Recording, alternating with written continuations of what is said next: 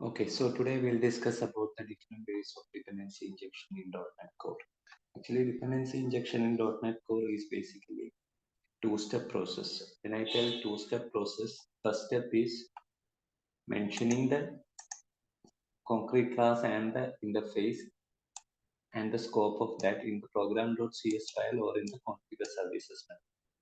So here in the example with me, I have the program.cs and I am configuring some extension methods. So for example, here in this extension method, I'm telling add a scope dependency of iService Manager and use a concrete class called Service Manager wherever I get a reference of the iService Manager. So this is about the first step, but this is not the full process. The second step is mainly we do a controller injection. That is what we do. When we tell controller injection, we not the controller injection, it is the constructor injection. We specify the dependency in the constructor as well. We supply the dependency for the property in the constructor. So, and then use it wherever necessary in the entire class.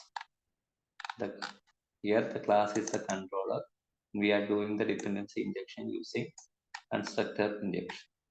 That is the one way, and I am using some method of that service manager class. There are two more ways of dependency injection which I will be telling here. The second method is using the FromServices attribute. The two other ways are in the action level, wherein we specify the first method, we specify the FromServices attribute and specify our interface and then supply the property. So I'll be using my property here. This is specific to the actions. That is one way. There is another. So herein, wherein I am using FromServices method and specifying the interface again instead of specifying it in the constructor.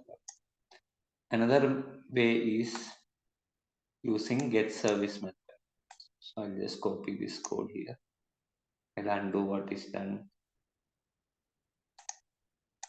Third way is using the GetService method. So here I am using the context and using the RequestServices.GetService method and specifying the interface.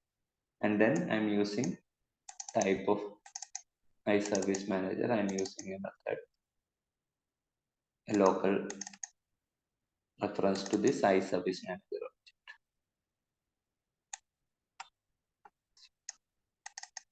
Then just use this.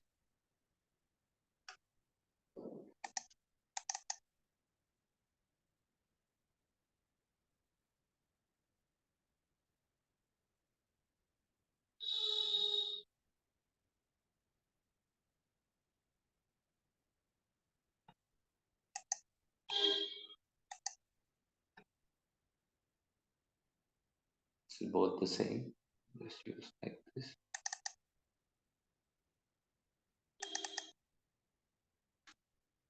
I'll be using like this.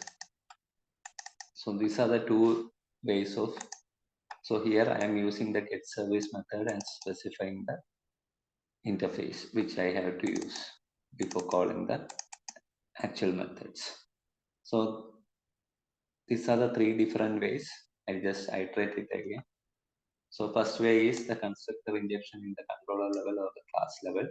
This will be applicable. We can use the property in the entire class. The second method, the other two methods are in the action level. In that, the first method is using the FromServices attribute as a parameter of the method. Then we will be using this object. And the third is again using the context.RequestServices.GetService method and specifying the interface. And then using that. Both are the same. So those are the three ways of dependency injection in .NET. Thank you.